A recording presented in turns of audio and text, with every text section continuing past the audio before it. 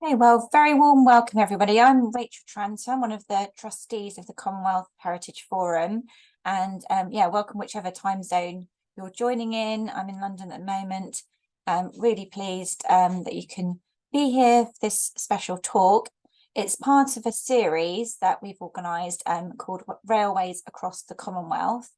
And we're sort of almost halfway through with this talk. So we've got three more in this series, and I think Megan, my colleague, will be able to put some links in the chat if you're interested in coming along to the other talks.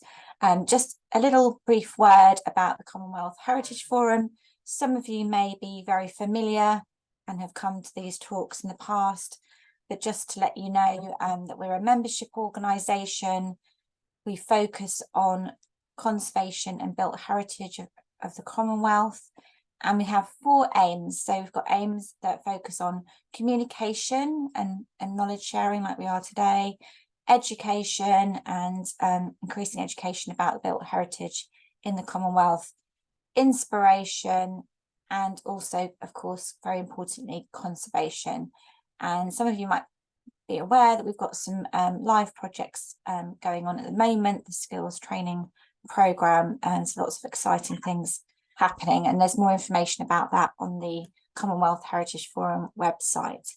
So without apologies, I've got any noise in the background from my daughter. So without further ado, it's my great pleasure to introduce to you Dr. Tara Innes. Tara is a lecturer at the University of West Indies, Barbados, and she's also the director of the Caribbean Heritage Network. Tara is a specialist in industrial heritage, particularly of Barbados. And in this talk, Tara is going to focus on the kind of development and future use of railway reserves across the Commonwealth, particularly using Barbados as a case study. There will be an opportunity when Tara's finished speaking to ask questions. If you have questions, you want to pop those in the chat. If you're able to do so, it's just the bottom icon that says chat. You can type in there, or when Tara's finished her talk, you can also use the hand up function or physically put your hand up to ask a question. So I think without further ado, we'll get started, and I'll hand over to Dr. Tara Innes. Thank you very much, Tara. Well, thank you. I hope everyone can hear me and see me and see the presentation. So I hope that is all going swimmingly. I'd like to thank the Commonwealth Heritage Forum and especially the organization, Megan's organization of this seminar series. I'm really looking forward to hearing more about the development of railways across the Commonwealth and Empire, but also, where the British were involved in the development of railway and other industrial infrastructure really globally as well. And that kind of brings me to one of the things that I really wanted to communicate in this seminar series is that if you've never been to the Caribbean before, we were very much part of that development, that imperial development in railway infrastructure. So from Bermuda in the Northern Atlantic, right down to Guyana, various railways were established by various empires and imperial interests in the region, but particularly in former British colonies. And Barbados is really no different and fits right into that storyline as well. But I also wanted to make some other connections that I think, I don't know if they've been highlighted in the series so far, but beyond the kind of industrial infrastructure that we tend to talk about when we're talking about railways, there are other narratives that I think need to be foregrounded as well. And one of the things that I was quite interested in just in preparing for this seminar was to what extent enslavers were enslavers in the Caribbean, because that's such a dominant part of our history and heritage in the region. To what extent were enslavers also part of the development of this infrastructure, not only in the region, but in Britain as well? And I came across the son of a Barbados planter, Abel Rouse Doughton, who was the MP for Gatton and then Southampton in the UK, but he was also an early investor and director of railway companies such as the London and Greenwich Railway in 1836 and the Southampton, London and Branch Railway and Dock Company. At emancipation, he actually received £4,000 in slave compensation for a plantation here on the island called Coverley. And in his will, he left shares for the London and Greenwich Railway to various family members. And I just wanted to kind of highlight that, just to say that at the same time that railway infrastructure is being developed globally, very locally, and also in terms of our colonial and imperial connections, we have people who are very instrumental in that development, even in Britain. So those kind of connections are very much a part of this kind of global narrative that I think we need to, as I said, foreground. Another narrative that I think is quite interesting is one that touches on my own family connection. The global movement of labor. So a lot of people in the region, so in the Caribbean, but also globally, from China, from various parts of Asia, South Asia as well, moved across the world really to build railway infrastructure. So I wanted to kind of touch on this global movement of labor as part of one of these narratives that I think we should be developing in our research about these intangible and tangible aspects of our heritage.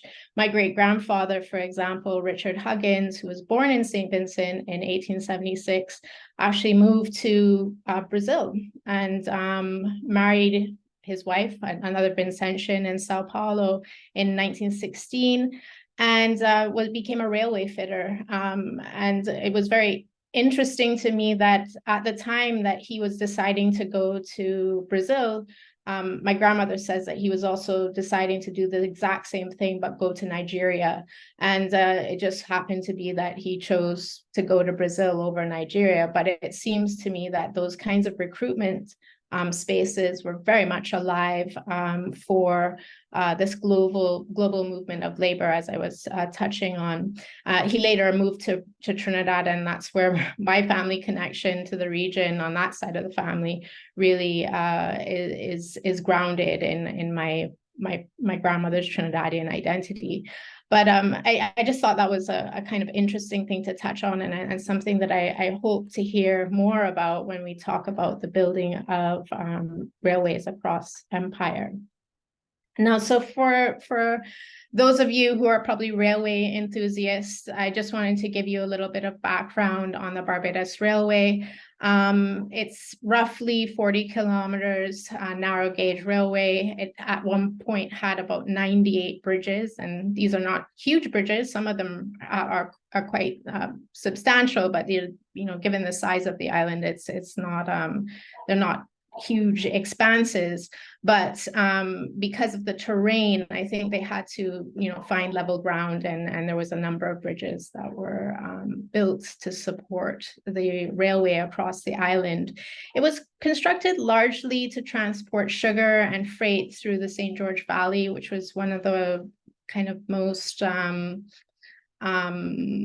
fertile areas in Barbados, so known for its sugar plantations, and then transport it to the Bridgetown port and along the East Coast. And one of the reasons why it constantly broke down was that at one point they decided to bring the train line very close to the shore, to the coast of the East Coast, which is a very highly corrosive environment. And in fact, a lot of the remaining infrastructure there has fallen away due to land slippage and erosion, but also just the kind of corrosive power of the sea air. We don't have a lot of the remaining infrastructure on the East Coast.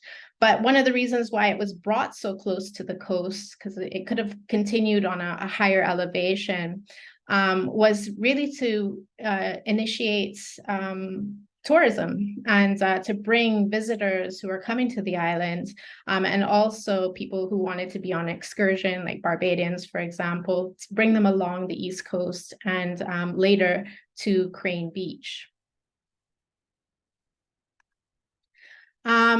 It was very popular for excursions. Here you can see just these are actually images from my paternal grandfather's collection in 1932. So this is at the tail end of the railway actually functioning, but it was, you know, very popular on the weekend for Barbadians to go on the train and in the various classes of carriages and help, in some cases, actually help move the train through difficult inclines, and also just kind of picnic and enjoy the scenery that they might not have access to otherwise. I think these pictures were actually taken when my grandfather was courting my grandmother that day. So at some point in August 1932, I see pictures of them taking I guess they were on a date or something. So it was very, very sweet to come across these pictures in a photo album. So the railway actually opened in 1881. And originally from Bridgetown to Carrington, which is roughly kind of in the middle of the St. George Valley. And then there was an extension constructed in 1883, and various other branches were established. But by 1934, passenger traffic had ceased, and this really signaled the kind of very swift decline of the railway. So by 1937, all traffic had ceased.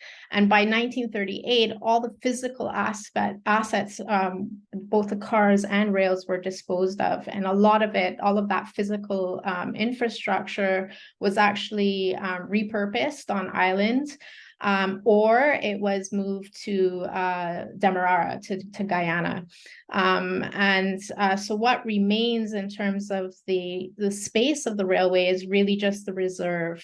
We don't have a lot of physical infrastructure other than the kind of embankments, some of the revetments that were built, some of the bridges that were constructed, but it's more or less just a railway reserve.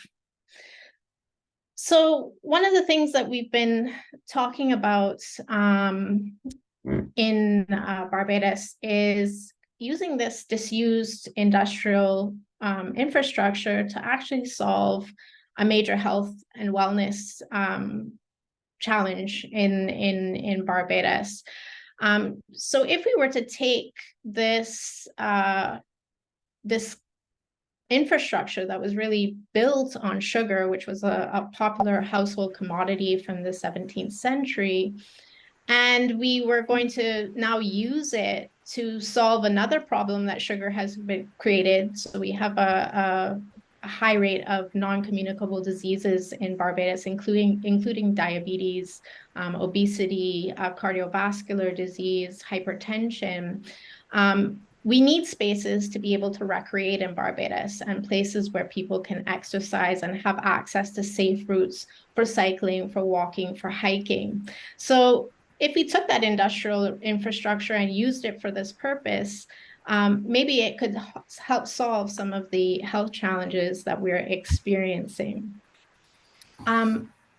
Sorry, Megan, I think somebody's, yeah, okay, thanks. So I'm just here introducing what the Trailway might look like. So this is some of the logos that are being used to brand the Trailway as such at the moment. Many of you would know what rail to trails are. I think in the region, this is kind of a bit of a new concept to use railway reserves in this way. But they are very popular in the United Kingdom and in North America. They provide well-defined pathways that are usually the appropriate gradient for comfortable access, and they convert this disused industrial infrastructure for recreational purposes. Just to give you a kind of idea of what has been envisaged for the project, there is a pilot demonstration phase, roughly from Valley to Carmichael, and I'll show you a couple of maps in the next few slides just to acquaint you with the geography of the space. But it was kind of deemed necessary because people are unfamiliar with this concept to introduce people to the idea of using this space for this type of purpose, being a cycle trail or a walking trail. And then we've kind of phased other aspects of the project. So as we extend in paving the space moving forward, that we could establish water, shelter, rest stops, picnic areas along this paved surface, only to an area around Concept Bay before it kind of makes its the extension up to Belle Plaine. And we've budgeted roughly about 11 million Barbados dollars, 12 million Barbados dollars to do the entire paved aspect and sign and like install heritage signage for the entire trailway, but for paving it, that would be only up until Concept Bay. We've already received town and country planning permission, and the project has been included in the tourism master plan and some of the physical development plan planning that's happening even all now. So just to place this into context, why this is really important, not only from a kind of historical or heritage perspective, but also as a social asset. If we really think about how land has traditionally been used and broken up in Barbados, it is something that regular people, working class people, have never really had free access to. At emancipation, the formerly enslaved received landless emancipation. There was no compensation given to the people who were previously enslaved on plantations. And in that, it made it really difficult to access land in Barbados. And historically, Barbadians have been alienated from the ownership of and access to plantation lands, and certainly land of any economic value to recreate. And this is an enduring legacy of slavery and colonialism that has an impact on recreational policy, which which I consider really the last frontier of social policy development in Barbados. And just to kind of highlight this is an image that was taken in 2020 at the height of the COVID-19 pandemic in a public space right in the heart of one of the more populous parishes in Barbados, on a fitness trail around a gymnasium complex. And I thought it was really interesting at the time when physical activity was so important to people to be able to get out of their houses after lockdowns, etc. Somebody had erected, probably government had erected the sign on the grass saying no activity whatsoever on the grass. And I think that kind of tells people, signals to people that, you know, sometimes these spaces are not, even though they're public, they're not even welcome for participants to utilize. So at emancipation, a numerically small number of resident elites held ownership and control over resources and specifically land, disenfranchising poor whites and Black labor. And these individuals dominated local politics and influenced imperial policy-making attempts in the colony. And by the early 20th century, planter and merchant interests had merged to offset all of the sugar losses that were occurring in the economy. And this is one of those background stories of the railway development as well, is that you know, it becomes much less profitable to use this asset to transfer a less profitable commodity across the landscape of Barbados. And people just did not have access to these spaces unless they were utilizing them, as we saw before, in terms of passenger traffic. And so this has always been a kind of use of the railway the space, and it needs to kind of, I think, continue, but in a much more defined way. So this small elite maintained a stranglehold over land resources in Barbados, and through various pieces of legislation, they had actually tied labor to the land, and planters, and the land was tied to the planter class. So it made people kind of subservient in all respects to the planter class. So now just to shift gears a little bit, this is the island of Barbados, and this is roughly the area that we wish to pave, so in red here. And this is Bridgetown. So in fact, the train line came down right into Bridgetown, and although this is the paved area we wish to really work on, the extension to Belle Plaine really went all the way up to St. Andrew. Okay, so just so that you are oriented, this is what the demonstration stretch looks like presently, so you have an idea of what is the space looks like. And these are just some kind of possible before and after. This is Buckley Sugar Factory, which is not far from the demonstration space. And the train line you can see here, this is somewhat what it looks like now, unpaved, but it shows really precisely what it had looked like before we made this kind of intervention. And this is another area in St. Philip, so just beyond. And again, this is what more or less holds. And I think what's really interesting about the train line and the railway reserve is that it has more or less remained intact over, since 1938, has been more or less maintained by surveyors who have used it as a right-of-way or established a right-of-way in planning applications. So just another before and after there. This is one of the extensions. So this green line here taking, so there was a railway extension here that went to the Crane, which is a popular kind of East Coast tourism destination then and now. You could possibly extend it there as well. So right now, visitors and locals could access popular St. Philip tourism amenities such as Foursquare Distilleries, the Wyndham Sam Lord's Castle Resort, and Crane Beach Hotel. So, from a tourism perspective, it could be used in that way. So I just wanted to give you a little bit of background around some of the concerns around the health and wellness issues. So in Barbados, we really need to work on promoting healthy lifestyles. We probably don't spend, I don't even think it's a 10th of the budget that's dedicated to health on health promotion.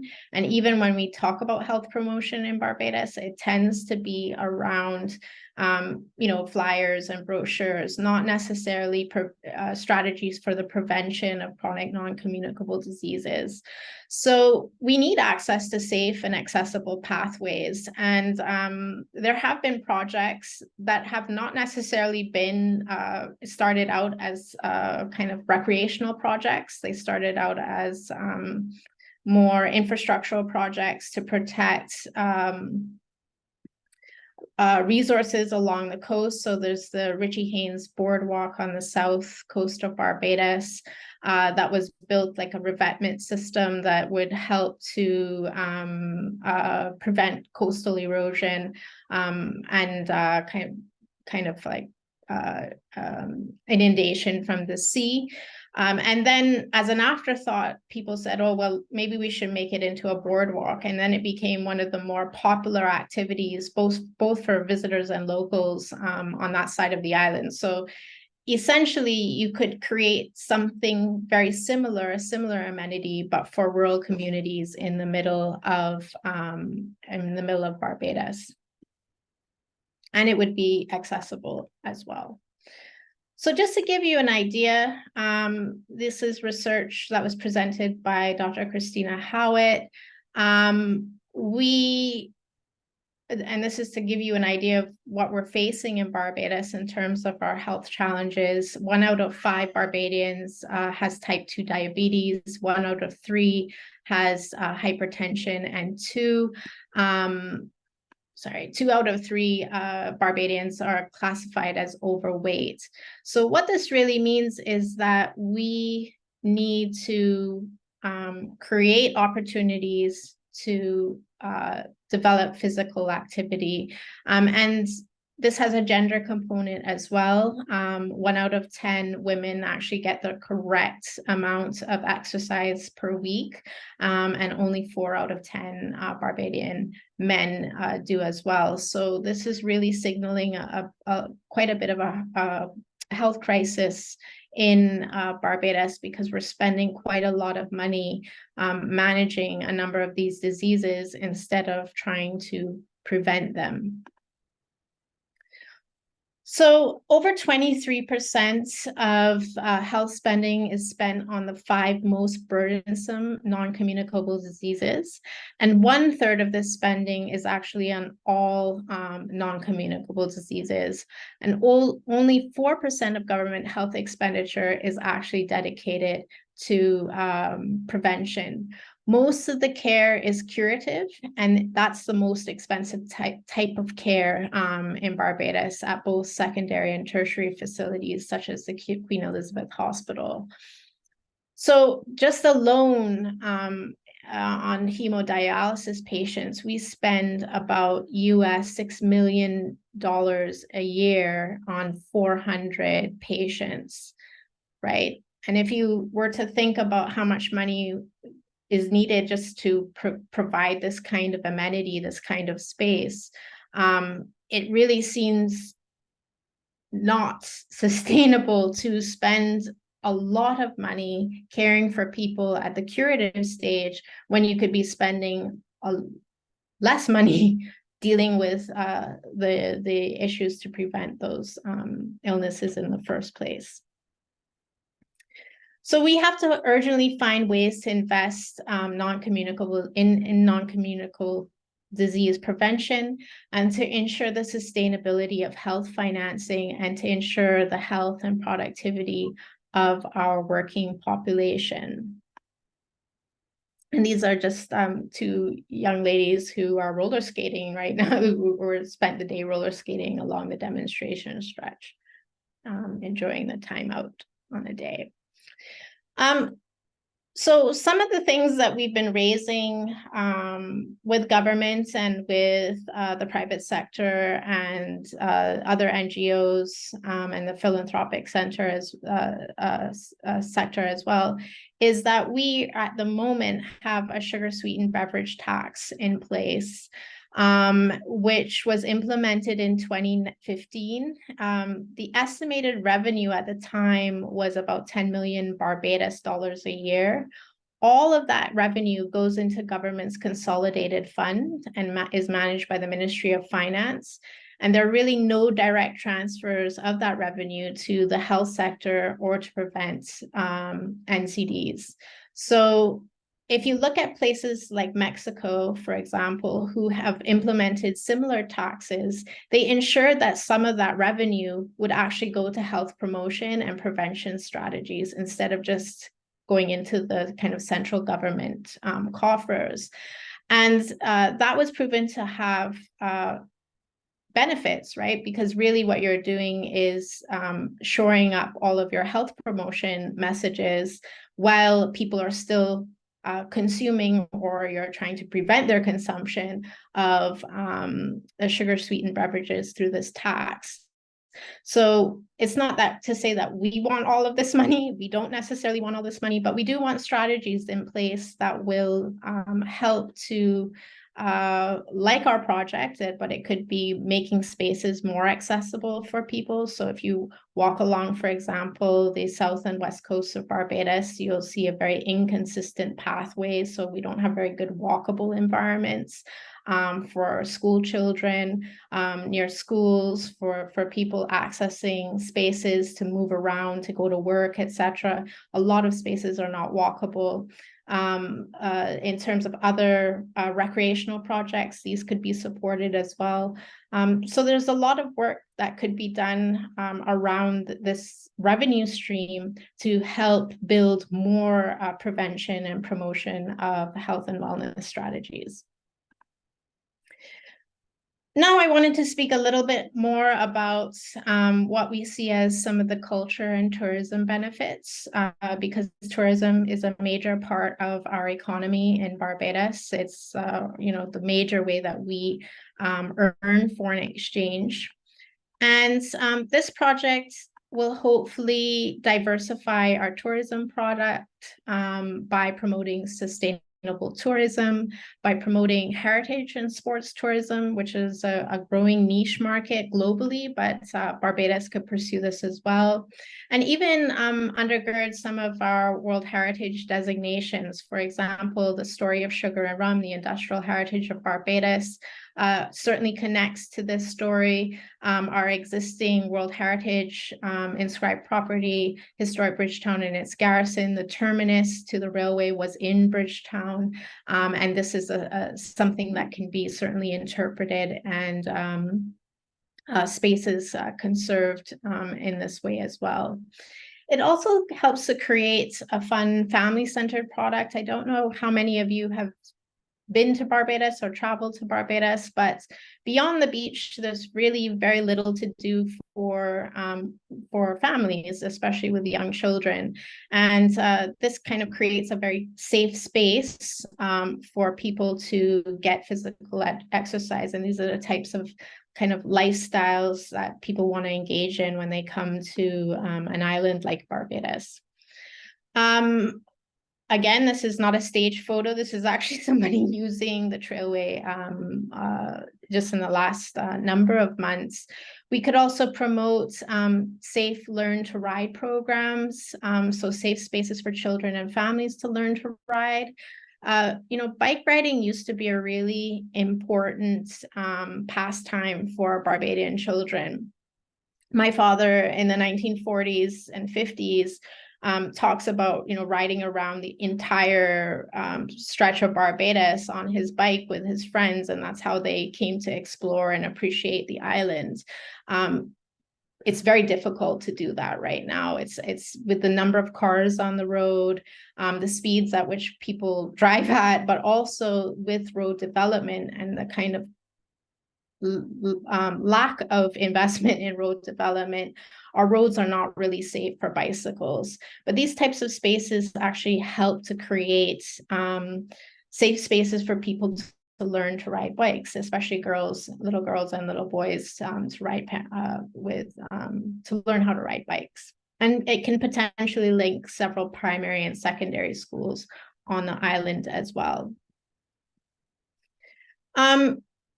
We also think that there'll be some new tourism marketing and promotion opportunities, access to a wider range of sports tourism marketing. So, for example, now you can advertise in cycle magazines, on specialty TV networks and specialized websites, etc.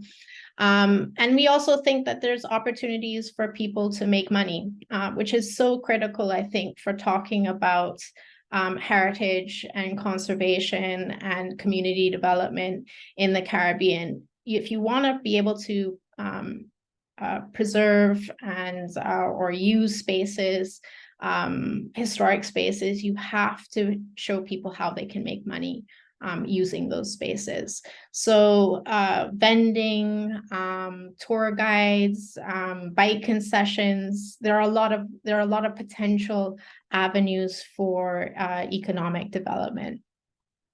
There are many other spin-off benefits. such as free access to recreational space, rural development and economic opportunities, and also potentially some increased property development and values for nearby residential communities.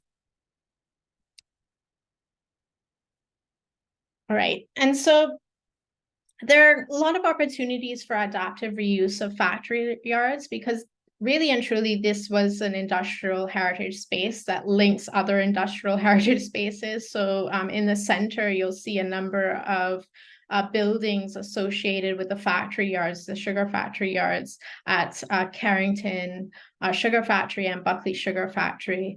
And potentially you can do things like what has been done in Martinique, which is on your left here.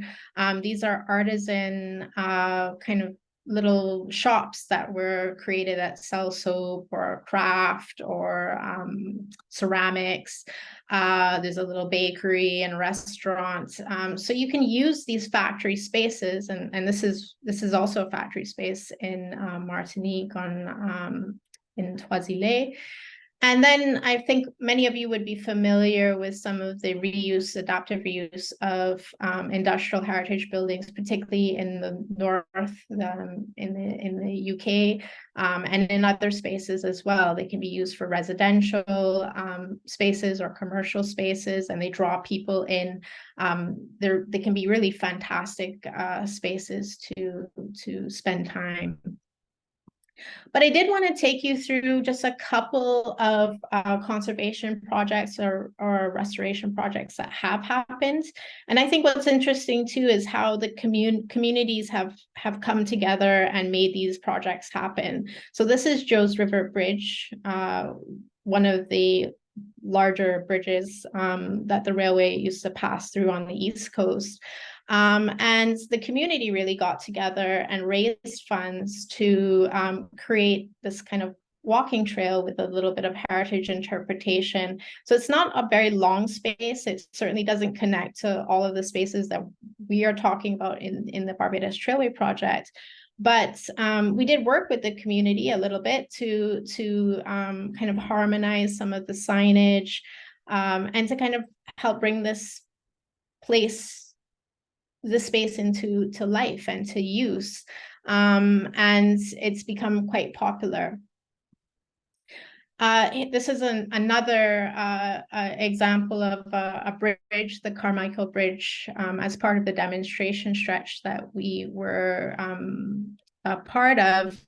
Unfortunately, I think in part of the construction or in paving this part of the trail, there was I think a little unfortunate collision with part of the bridge, but the kind of project managers decided that they would use this as an opportunity to bring it back to its kind of original state. And Colin Topcat Aline, who was one of our national road race cycling champions in Barbados, but he's also a master stonemason, came back and built it like new. And I think it speaks to these kinds of opportunities that exist to elevate the skills of an application of very skilled workers, tradesmen in Barbados. And I think he was quite proud and pleased with the work that he was doing. And again, this was money that was raised primarily by the Peter Moore's from the Peter Moore's Trust in Barbados. So again, another community oriented project. So just to take you through a bit of the signage, so the various stops, rest stops would be kind of open air shelters that people could shelter from the rain and wind. There's some heritage interpretation themes that we may wish to think about. So for example, Indigenous heritage and archaeology. We have one major archaeological space along the trail at 3 houses that could be interpreted. The slave trade and slavery, especially the 1816 rebellion, which took place in St. Philip and along the Trailway as well. or areas around the Trailway, rural communities and the kinds of pastimes that they were engaged in, train heritage, sugar and rum heritage, bicycling and active lifestyles, as well as nutrition, environment, agriculture. These are all themes that could be interpreted along the trail. We also are very conscious that we want to, although we are inviting sponsorship, we also want to ensure that the sponsorship is relevant and on message with our kind of thoughts around health and wellness too. So although we want corporate participation, we also want to ensure that the space is being used to promote health and lifestyle. And I think these are important questions for any space that is using or trying to use this type of infrastructure in this way. We sometimes get co-opted into the messaging, the brand messaging of major corporations, and that can sometimes conflict with the kinds of messages that we wish to transmit and communicate to the user. It doesn't mean that we might not want to take the money if necessary, but we might want to mute their branding in some way. One of the great things about the Trailway is the investment in landscaping, and that's already being done. And so even though we can't pay for all the paving of the Trailway, the trail is actually being landscaped, mostly with fruit trees to define the pathway. And this creates really opportunities for people to have access to food and nutrition, but also makes a vendable product. So vending is really important throughout the Caribbean, and people want to have access to items to vend, and fruits like dunks, for example, or akis, which are known, which we know locally, or mangoes or other things could be easily vended along the trail, and they provide shade and improve rider comfort and verge protection. So there's been an investment in the building up of the nursery that supports the trail. And we've also been able to engage in community planting projects. So here again, this is some students who are engaged in a tree planting project, sponsored by the Future Center Trust, which is the kind of major organizer of the Trailway and its development, which is a local environmental charity. And again, this creates connection for younger generations when they can plant trees, use the trail, and hopefully in the future, they can create a connection with the space to ensure its sustainable use. We do want to ensure that the trail is going to be used mostly by pedestrian users and also by cyclists, and limit and restrict the potential use of other motorized vehicles. So these are things that we're just having to think about, and I just want to kind of flag that so that people are aware that these things are being planned. So for example, you have to have certain considerations at traffic stops and transitions to road traffic as well, or intersections. So we need to be aware of those things. So I've given you a really good overview of the project. I hope I've given you the kind of rationale as to why we're pursuing this project in this kind of way. And I really would love to invite some questions and comments about the use of the trail and how you think this might fit into what might happen in other disused rail infrastructure globally. So thank you. Thank you very much, Tara. That was really, really insightful. Thank you. Really fascinating. We've got one question from Jim, and then I was going to ask something unless anybody else is got immediate questions, but please do put them in the chat or put your hand up. So Jim says, great project with so many important benefits. Given that the railway has been closed for 85 years, he wonders how many islands are aware that they once had a railway. Do you know the answer to that? That's a really good question, and I think there's some people on here who could maybe speak to, what knowledge is like, or awareness is like in places like Jamaica and Trinidad and St. Kitts, Bermuda, Cuba, Puerto Rico. All these places had train lines, and I think what's really interesting is that in Barbados, there's a certain romanticism around the train line, so that it is just in people's generational memories. So they might have heard their grandparents or great grandparents talking about it, and therefore people are aware, but they might not necessarily know where. They might not necessarily know all the details of where it is, how long it was, where it went to, etc. But they are aware.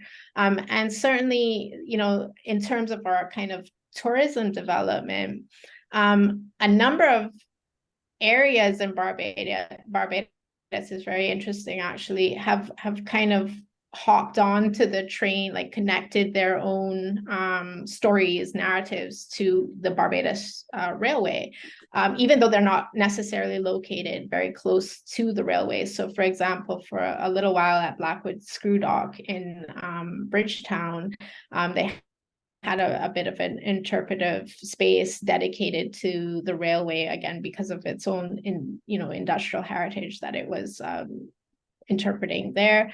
And then St. Nicholas Abbey, which is if anybody is aware, is in the north of the island, is a 17th century great house and plantation.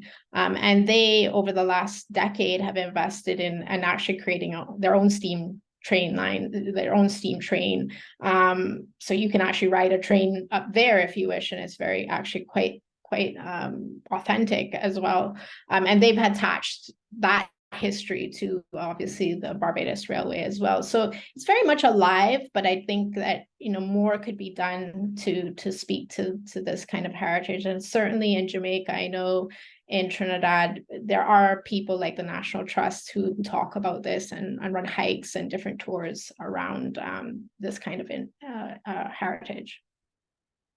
Brilliant, thank you. Before we go to Ralph, Matthew had a question actually that I was in my head as well. So the railway was taken over by the government in 1915, if that's correct. Do they still own the land? And were there any challenges in reacquiring the land? Yeah, that was a question that I was going to ask you. Yeah, that's a really good question.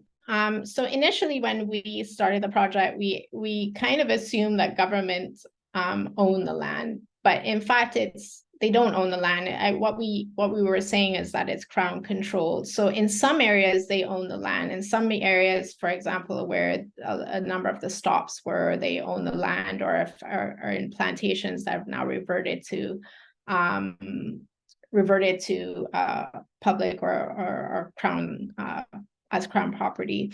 But the reserve itself is more or less like a right of way. It's like a road reserve. It hasn't been encroached upon to the extent that you might see. You might have assumed that it might have been, and that's because it more or less has been protected by just generations of surveyors on the island who have just basically said, no, you can't build anything here. And it's been quite critical for government to maintain that control, because you want to be able to, for example, if you wanted to place telecommunications infrastructure from one part of the island to the other, you would need an unimpeded route to do so. So certainly that is the case. And it's basically an easement that has been established through use since 1938. Oh, that's great. Ralph, do you want to unmute and ask your question? Hi, yeah, sorry. Thanks, Tara. This is Ralph. I'm the lead volunteer for the project. Been involved in it the last 3 years and talking to Tara and Barney Gibbs, the current chairman of the Future Center Trust, which is the charity that is putting this in place. And yeah, it was a great presentation. Thanks a lot, Tara. And I just wanted to answer the questions more than anything, but Tara has done that mostly. In terms of the awareness, I think it has to do with the car-centric transport planning and societal development in the 60s and 70s, where people just weren't interested in trains, and even public transport was not anything that was high on the priority. So we've certainly benefiting now from buzzwords like decarbonization of the transport sector, but also maybe something called a more equitable transport system. Not everybody can afford a car, or some people choose not to have cars. Things that in the 1960s, 70s, and 80s would have been unheard of. We've all heard about the COVID resulting in an increase in demand for public spaces, people going outdoors more. So I think that's helping.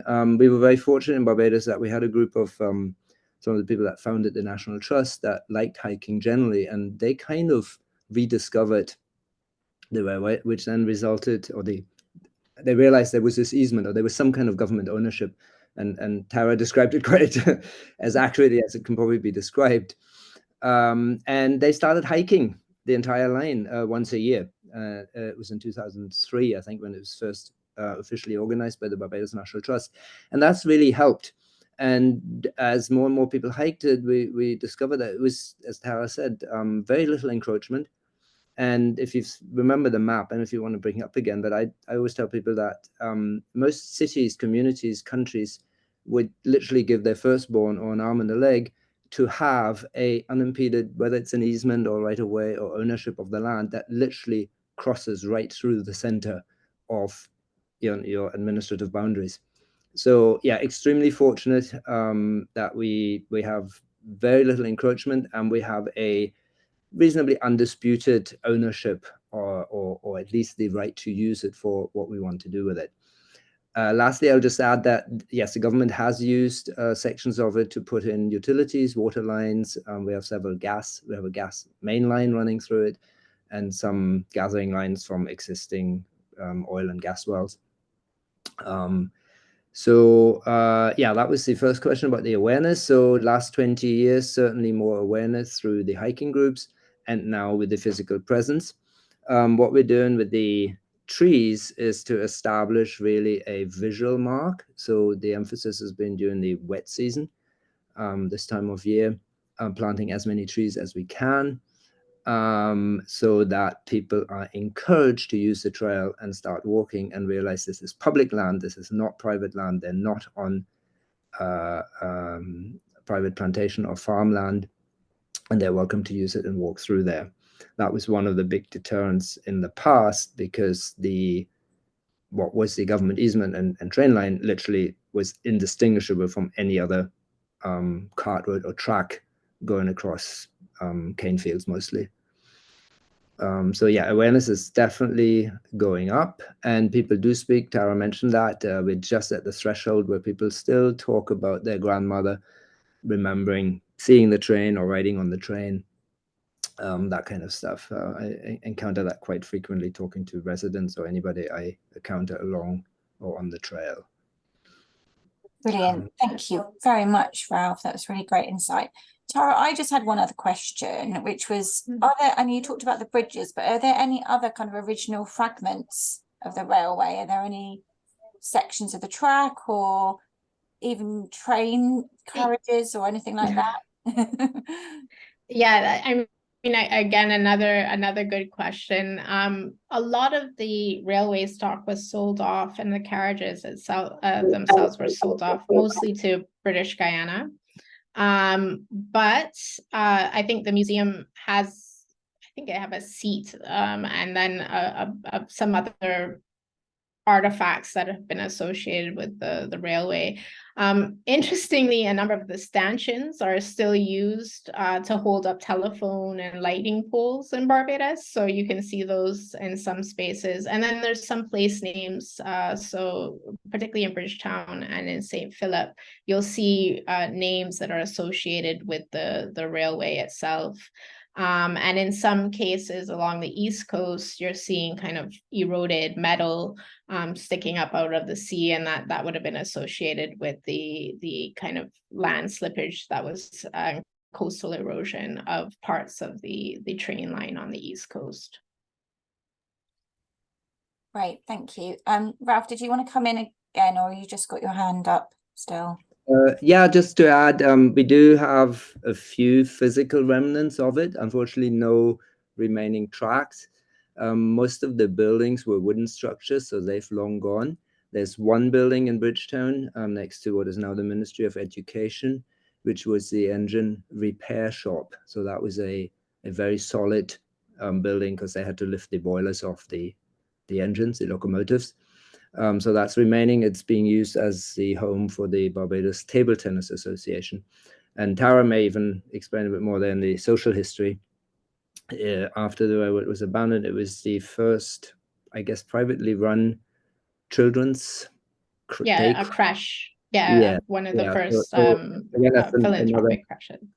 Fascinating part of where the railway history intersects with the social history of Barbados. But we have quite a few sections that people take for granted. They don't even realize when they're walking on public roads within Bridgetown, where the coral stone has been cut exactly to the width that was required for the railroad, which is slightly wider than a single lane road, but not wide enough for two cars to pass each other.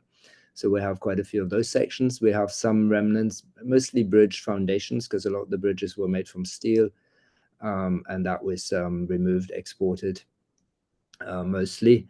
We have some smaller bridges on the East Coast, and that one that she was showing that are still intact. But the most visual, most frequently spotted remnant are those supports. So the rails were basically used to support the utility poles as stanchions, as Tara mentioned. Right, thank you, Ralph. So Megan's just asked a question, which, for both of you, I suppose. Is there a plan to gather some of the memories that people have of the railway and perhaps use them as part of the interpretation, keeping the stories, connections alive, so sort of oral history type project? Any plans for that regard, Tara? Yeah, I think when we're able to kind of raise some more funds and awareness about the project, these stories are going to be quite critical to the interpretation, but also the lasting memory and the intangible memory associated with the train line. That generation that used the railway, I think, is, I think I'm thinking about my great aunt, and she was born in 1919, and I did a bit of an oral history with her at the time, and she remembers the train line, but she has passed away for now almost 10 or 15 years. So these are memories that are dying with that generation in terms of use. But I think there's so many other stories that could also be brought in. So bicycle use, for example, in Barbados, some of the community history around some of these spaces, all of those narratives could potentially be interpreted along the train line as well. And certainly, there's a lot of documentary evidence that we could kind of trawl through to gather some of these stories as well. And anytime I give some of these presentations, somebody will come up to me and say, I remember when my grandmother or my great aunt talking about how they, traveled from one space to the next, and they did such and such. So, and like me, people might even have images in their family albums that might be really critical to documenting again the importance of the train line. Right, thank you. Ralph, did you want to come in here? Again, just adding to what Tara said, we're just at the threshold where there's few people alive that have first-hand experience. And yes, we would love to document that. We see that as a big part of the entire project. The resources are very limited, and we're really focusing on building out this demo stretch to for the buy-in, really, and for people to realize the potential. And we're hoping that there will be interest, and I don't know if it can be UE or it can be an organization like yours, or some other maybe overseas source of funding for some PhD student or something to do that. Yes, it's certainly on the list of things we would like to do that would benefit Barbados as a country in the long run by preserving that, oral history or otherwise. We'd love to do it. It's just we're very limited in the resources at this point. Yeah. Right, thank you. Well, we're at time, really. So I'm just going to say a few thank yous, and just also draw your attention to the fact that Commonwealth Heritage Forum is a membership organisation, currently it's free to join. So I think Megan is going to put some information and links up in the chat. We have got 3 more talks in this series. So yeah, please do tune in to the other talks in the Railway Across the Commonwealth series and kind of follow what we're doing as an organisation as well with the skills training programme and the projects that we're currently running. So I just want to thank Dr. Tara Innes for a really brilliant talk. Thank you so much. Thank you, Ralph, as well, for your contributions, really valuable. And thank you, Megan, for all the organisation. So hope you've enjoyed it as much as I have. And the recording will be available once we've managed to download it onto the website. So if you did join a little later, you'll be able to pick up and watch it again. So yeah, thank you very much, everyone. We'll see you Brilliant. soon. Thank you All right. so much. Thank you. Thank you. Bye-bye. Bye. Bye.